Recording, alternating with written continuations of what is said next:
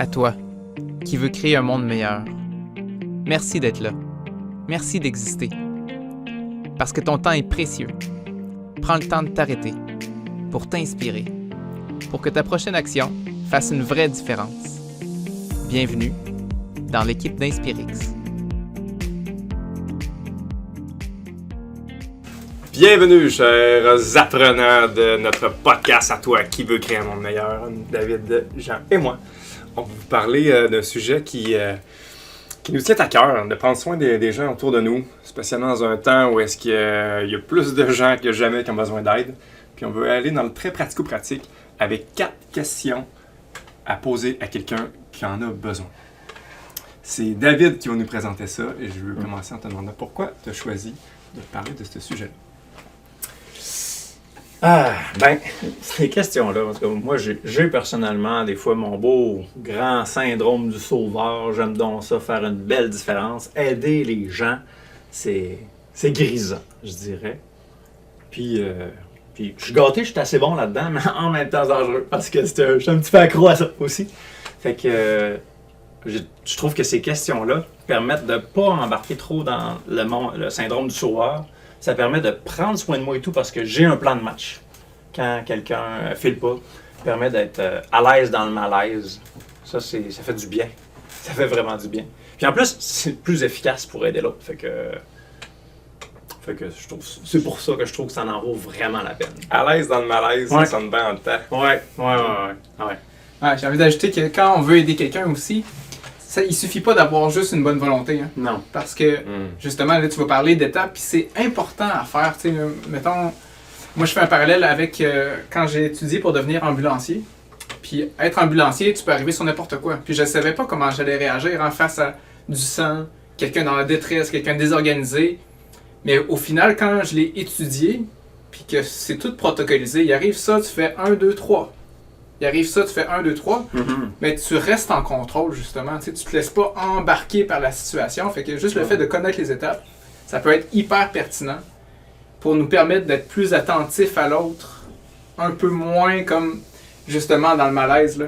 Alors, je me rends compte là, que quand moi, je suis dans le malaise ou que je vois que la personne souffre, puis là, j'ai envie de la rejoindre, je veux me connecter avec elle, ben, un des pièges que je fais des fois, c'est que j'ai tendance à partager mon expérience pour qu'on essaye de connecter. Là. Hey, tu souffres? Ah oui, moi aussi, j'ai déjà vécu ça. Là. Mais je sais pas si vous avez déjà vécu ça, de se faire dire ça là, pendant... Hey, tu partages qu'est-ce que tu as dans le cœur, puis l'autre te dit « Ben oui, moi aussi, j'ai fait ça. Ah oui, mon cousin aussi, ça y est arrivé. » C'est tellement plate à se faire dire ça. Ouais. Parce que dès que tu commences à partager ton expérience, t'es pas vraiment à l'écoute de l'autre. Là. Ah ouais. Et Vas-y. l'autre piège aussi, quand on nomme de piège, c'est de répondre avec des solutions, même si tu restes dans l'histoire de l'autre. Ouais. C'est tellement classique, spécialement chez les hommes. Là. Je pense qu'on a que trop d'exemples avec nos blondes qu'elles nous partagent son état d'âme et nous autres « Oh, j'ai tout résolu, fais ça. » C'est jamais bien reçu, mais pourtant, c'est des excellentes solutions. Il y a vraiment le pouvoir de l'écoute, là, où est-ce qu'au-delà du protocole qui est bon d'avoir pour éclaircir son plan de match, mais l'écoute, ça, là, c'est jamais assez bien nommé.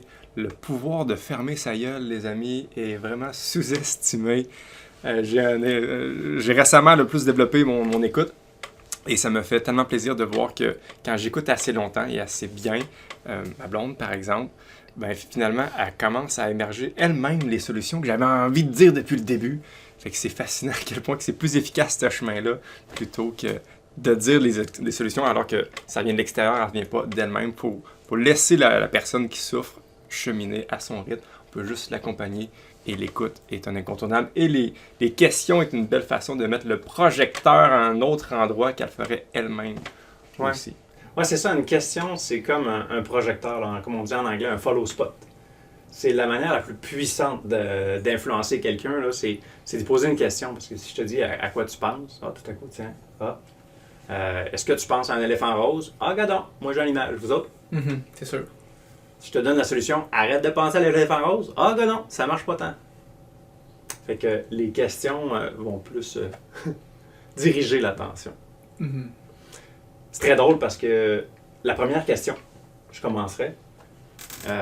J'ai failli t'interrompre pour te dire à quel point la première question pour moi, c'est l'occasion d'être en mode écoute.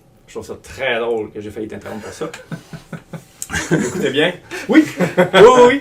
Ouais, j'ai juste senti, je me suis dit, c'est intéressant de se voir aller.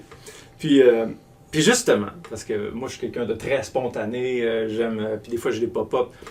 J'ai coupé la parole des gens au moins 1000 fois par année, je dirais, je le fais régulièrement. Un pas à la fois, là, je m'améliore, mais il y a une partie que ça va être aussi comme ça, un petit peu impulsif, et c'est correct. Mais, sachant que je suis comme ça, la première question, c'est, quand tu vois quelqu'un qui va pas bien, c'est, qu'est-ce qui se passe? Et là, dans le fond, dans le protocole que je me suis mis dans ma tête, c'est simple, je pose la question, qu'est-ce qui se passe?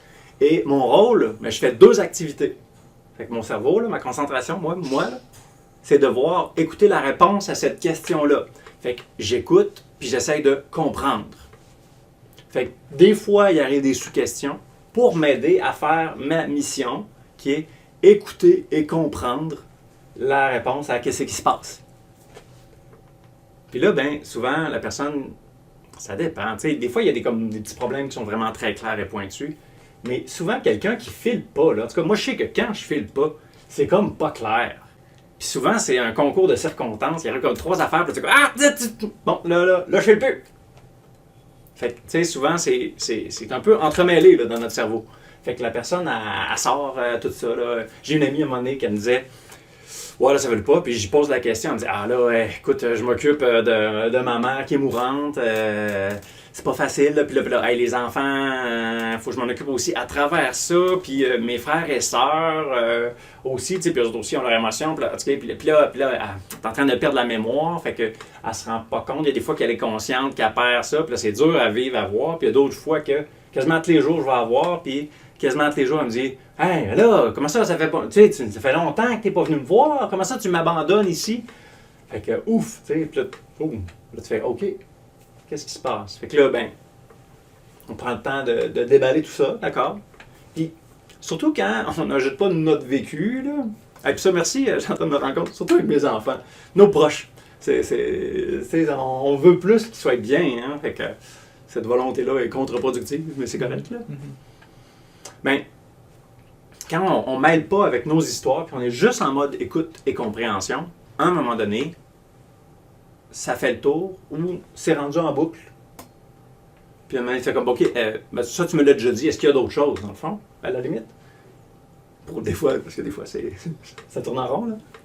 Fait que s'il y a, non, il n'y a pas d'autre chose, bon, OK. Et là, la deuxième question. Me permets-tu de te poser 2 questions? Parce que ça fait mal. Faut demander la permission, je trouve. Puis ça prépare. Puis là, juste entendre cette question-là, je me fais tout le temps répondre oui. Il faut dire aussi que je le fais par désir d'être utile, là, dans le fond. Je le fais en étant, je dirais, comme... c'est ça, de vouloir bien faire, là. C'est bienveillant, tu sais. Fait que la plupart du temps, ils répondent oui. Puis là, il y a un petit silence. Puis il y a une petite attention qui vient se déplacer. Ça va être quoi sa question? Puis là, ça prépare l'autre. Parce que quand on est pris dans une boucle, là, comme en tournant en rond dans la forêt, là, il y a plein d'arbres. Ça, tu dis, c'est quoi le pire dans tout ça? Puis là, il y a quelque chose d'important, je pense, là, quand je dis je veux écouter puis comprendre, mais spécialement à ce moment-là, quand tu poses cette question-là, il faut être prêt à dire, ça se peut que la personne pleure, là, puis les gens n'explosent pas quand ils pleurent, en passant. Non. Il y a un gros mythe là, par rapport... Il dit, il fait pas ça, il va brailler. S'il pleure, c'est un antidépresseur naturel, puis quand on touche à une émotion négative, des fois, là, il y a une montée, oui, là, mais il y a surtout aussi un « Ah, OK, elle est sortie, elle s'est exprimée. » C'est souhaitable. Sinon, tu traînes un boulet, tu sais, l'émotion, hein, c'est le petit messager là, qui cogne. Si tu l'écoutes pas, il va gagner plus fort, il va crier jusqu'à ce que tu en vires fou, là, tu sais. Hey, je te partage une tranche de vie de Déjà. Denis Carignan. Oui. Parce qu'on a parlé d'un sujet comme ça, puis il a parlé d'une analogie que je trouve trop puissante. Cette fameuse émotion-là là, qu'on ne veut pas laisser émerger en nous. Il faisait l'analogie d'un ballon de plage dans une piscine. Je trouvais ça vraiment bon. Alors que quand tu as des petites émotions, c'est comme si tu prenais un petit ballon. Ça joue très bien. Tu as le coin entre les cuisses, tu peux faire ta joie en piscine, fastoche. Mais si, justement, tu la vis pas, ben, elle va grossir, cette ballonne-là, jusqu'à temps que tu arrives avec un gros ballon de plage, que là, ça se fait. Mais ça te prend un jeu d'équilibre pour garder vraiment ça en contrôle. Puis le jour où tu perds l'équilibre, tu tombes à l'eau, ça pop, puis c'est fascinant. Je trouve l'image très forte, puis c'est tellement ça. Puis qu'on en ait conscience ou non qu'on est sur un ballon, ça prend vraiment de l'énergie. C'est fascinant, tu parlais d'énergie, là. Vérifions si on n'est pas sur un petit ballon de plage, gang, puis une émotion qu'on se permet pas de vivre. Ouais. Parce que ça demande clairement du gaz. Puis à un moment donné, tu vas tomber. C'est juste une question de temps. Ouais. Voilà, donc je vais vite terminer. Ouais, mais j'aime vraiment ça. Puis ça se peut que la personne, son ballon soit gros. Puis ça se peut qu'elle vienne en dire ah, je pogne un bouillon. Ça se peut. Ça se peut qu'elle dise ah non, j'ai vécu une émotion négative. Ouais, ça se peut. Mais peut-être, hey, ça a fait du bien finalement. Puis si on va y revenir vers la fin, là, mais là, ça fait du bien, c'est précieux aussi. Parce que dans le fond, si on apprend à le vivre puis à les sortir, les ballons, ben la vie va vraiment mieux. Là. Tu perds pas mal moins d'énergie inutile. Là. Cette question-là, c'est quoi le pire, permet d'identifier la perspective. Ça permet de développer aussi son moi observateur. Ça, là, tous les courants de psychologie actuels là, parlent même de diffusion cognitive. Là, on est trop dans nos pensées, puis on pense qu'on est nos pensées, puis on... Hein? Non, regarde-toi aller. C'est quoi le pire? Donc, je dois me poser des questions. Puis moi, dans ce temps-là, entre autres pour me gérer, j'ai un plan de match à chaque question. Mon plan de match, dans cette question-là, c'est d'essayer de voir, de comprendre, hey, c'est quoi genre le besoin le plus criant là-dedans? Là? J'étais intrigué. Et c'est intéressant les réponses de cette question, à cette question-là, pardon. Parce que il y en a qui ne savent pas. Qui disent, je sais pas. Dans ce temps-là, ben, j'attends. C'est ça que je fais. Puis là, il y a un silence malaisant. Puis c'est correct. C'est correct. Puis des fois, ça peut être juste comme une discussion non verbale, à la limite, là, qui se fait. Puis peut-être aussi qu'elle veut pas le dire, puis c'est correct. Tout à coup, la perspective se fait, là. Puis souvent, après un petit silence d'habitude, puis des fois de manière vraiment, là, ping, ça vient clair. Je fais comme, c'est ça. Puis là, on dirait que la tête, étrangement, la tête de la personne sort un peu de l'eau. Ah, c'est ça qui me dérange le plus! Fait que cette con, tu sais, même si c'est vraiment contre-intuitif, tu te dis, c'est quoi le pire? Ah, tu vas jouer dans la plaie! Ça fait sortir, comme on dirait, le pu et la perspective. Là. Faut que ça... Puis là, ah, c'est ça, dans le fond. Ouais. Je reviens à mon ami. Puis là, dans toutes ces idées, là, on se rappelle, là, sa mère est mourante, les frères et sœurs, dans tout ça, sa mère. Puis quand j'y pose la question, elle dit, ben, je le sais pas, c'est encore mêlé. Je la laisse. Je dis, ben là, c'est parce que c'est comme trop. OK? On ferme sa gueule un petit instant, on écoute, on accueille tout ça. Mais là, je vois les yeux tourner de gauche, droite, en bas. Puis là, elle se déplace dans sa tête. Puis tout à coup, elle prend la perspective, elle voit la forêt de haut. Ah, dis taboire. OK, je le sais dans le fond. C'est qu'il y a des besoins infinis que je ne peux combler. Puis quand je comble des petites choses, c'est souvent au détriment de ma santé à moi et de mon bien-être envers moi-même. Fait que, c'est ça que je trouve le plus dur. C'est de voir ma mère souffrir. Puis quand j'y enlève de la souffrance, j'en gagne. Et je suis impuissante. Ah, c'est ça le pire. Je suis impuissante. Puis là, tu fais comme... Ben, dis pas ça dans ces mots-là, mais elle le voit. Elle le sent. Elle le dit. Ouais. Puis là, ça fait comme... Ah! Puis la ballonne sort un peu. Et là, il arrive un autre silence qu'on sent une petite paix. Mais une tristesse. Genre, parce qu'on a parlé du père. Puis là, l'autre question. La dernière question. La question, c'est qu'est-ce qui t'aide à passer à travers ça? Et puis là, j'ai un plan de match. Parce que qu'est-ce qui t'aide à passer à travers ça? C'est si je sens l'autre pas trop, genre, vraiment écœuré. T'sais? Sinon, je vais dire, qu'est-ce qui t'aide à endurer ça? C'est la même idée, dans le fond, par exemple. C'est qu'est-ce qui fait partie, genre, de ton monde de qualité que tu veux? Qu'est-ce qui est important pour toi, dans le fond? Qu'est-ce qui a du sens pour toi, au fond? Puis là, j'essaye de mon attention est à... C'est quoi la force qui est là, à travers ça? Puis là, l'autre, veut pas, a parlé des choses que c'est des difficultés. La plupart des gens se sentent humiliés et se sentent pas bons de vivre des émotions négatives. Fait que le regard qui cherche les forces, là, puis qu'est-ce qui est hot là-dedans, là, fait du bien. Puis tiens, je reviens avec l'exemple de mon ami. Il m'a dit, ben, je suis fidèle à mes principes là-dedans. Puis là, tout à coup, ouf, elle a trouvé une manière d'être en contact avec ça. Elle dit, hey, pour vrai, tu sais, elle le fait déjà, mais là, elle s'en rend compte. Puis là, mais maintenant, même si elle est impuissante, elle dit, ben, je fais mon possible. Puis quand je prends plus soin de moi puis ça fait mal, ben là, j'arrête. Tu sais, dans le fond, c'est ça mes principes. C'est je vais faire tout ce que je peux tant que ça soit sain pour aider. Mm-hmm. Puis là, ben, ça devient la jauge. Puis ça connecte avec une force. Mm-hmm. Puis tiens, je me rappelle d'un moment donné, j'étais enseignant, une de mes élèves, à un moment donné, filait vraiment pas. Je dis, qu'est-ce qui t'aide à endurer tout ça? Elle me parle, je sais pas, tout est dur, hein? Je dis, mais t'es encore là, t'es ici, là, tu sais, tu me parles de choses très, très dures qui t'enlèvent le goût de vivre, mais t'es ici. Qu'est-ce qui fait que t'es là? Tu reviens tous les jours, t'es présente.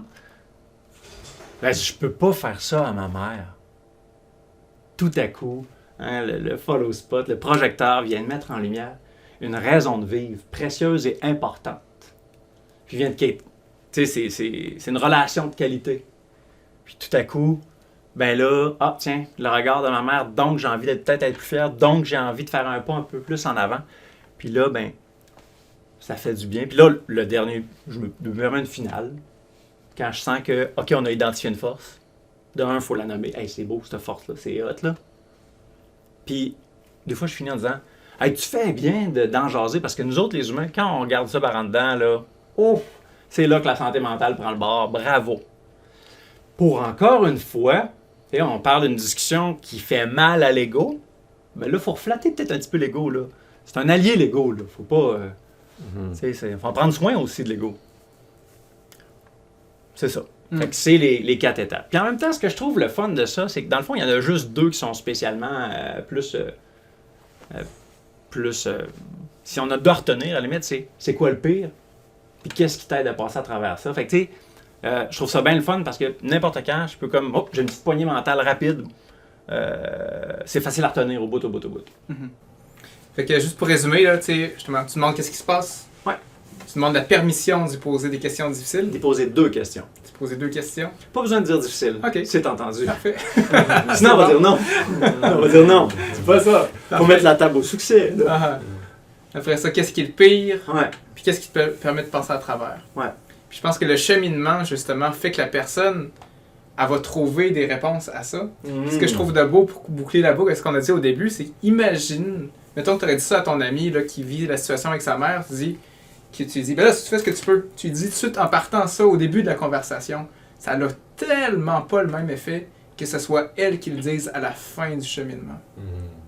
Imagine ton élève, tu lui dis, pense à ta mère, tout de suite au début, versus elle qui le dit à la fin de ce chemin-là. Tu me permets de la main ici, bouge pas. OK? Mettons, je dis, pense à ta mère. Ah ouais. Pense à ta mère, bouge pas. OK? Ben, tiens, il commence à avoir une résistance. Il est gentil quand même, il m'en laisse beaucoup, là. Mais, je pense que cette ado-là, j'avais dit, pense à ta mère. La mère aurait poussé, genre, hey, non! C'est tous des ados, là. Ah ouais. Fait que, faut que ça vienne de la personne, là. Puis au fond, tu sais, c'est pas tant même la solution puis la finale que le déplacement dans la tête. Encore une fois, c'est le chemin, pas la destination. Puis là, je pense à ceux qui nous écoutent en ce moment. Peut-être que d'une part, ça résonne en vous. On dit, hey, j'ai vu de quoi de difficile, moi. Fait que là, les questions que vous entendez, vous pouvez vous les poser à vous-même. D'une part, ça peut être intéressant comme exercice si ça vous parle, si vous vivez un moment difficile. Mais aussi, sinon, moi, je vous invite à penser à quelqu'un autour de vous. Parce que bien sûr, là, on peut espérer l'intuition que la prochaine fois que je vais voir quelqu'un qui fait le pas, je vais tout de suite y penser. Peut-être pas. Moi, je vous donne le défi que pensez, je suis sûr que vous allez avoir quelqu'un qui va vous monter spontanément en vous. Puis donnez-y un rendez-vous, allez prendre un café, un dîner, juste pour d'une part le plaisir. Là, prenez quelqu'un avec qui vous avez le goût de passer du temps pour vrai. Spécialement en ce temps de pandémie, ça fait du bien de voir du monde. C'est rendu légal là, pour l'instant, là, profitons-en. Au pire, faites-le sur Zoom, c'est pas parfait, mais ça crée toujours bien une connexion, mieux que zéro connexion. Puis exercez ça, parce que vous pouvez sincèrement faire du bien. Puis au-delà de la question technique des questions, ben, je vous ramène à votre qualité d'écoute, votre qualité de présence. L'écoute, là, c'est pas juste rien dire. c'est pas aussi penser à la prochaine chose que tu vas dire, justement. C'est vraiment d'essayer d'être là pour vrai, puis de vraiment porter ton attention en façon toute bienveillante pour aider cette personne-là. Ouais. Puis si jamais c'est trop, SOS Suicide, c'est là. Très important. Oui, là... il y a des ressources, c'est un des bienfaits. Là. Maintenant, les gens jasent plus, puis il y a de plus en plus d'options de services.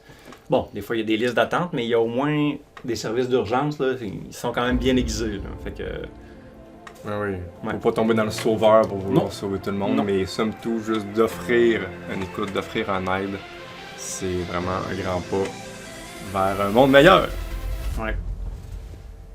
Merci.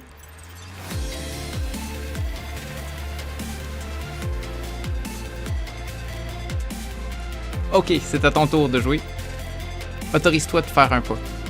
Un petit pas imparfait, dans une direction plus inspirante. Puis, si tu veux, aide-nous à rassembler toutes les gens qui ont envie de créer un monde meilleur. Partage l'épisode, laisse un commentaire, écris une question pour qu'on puisse interagir avec toi. Merci.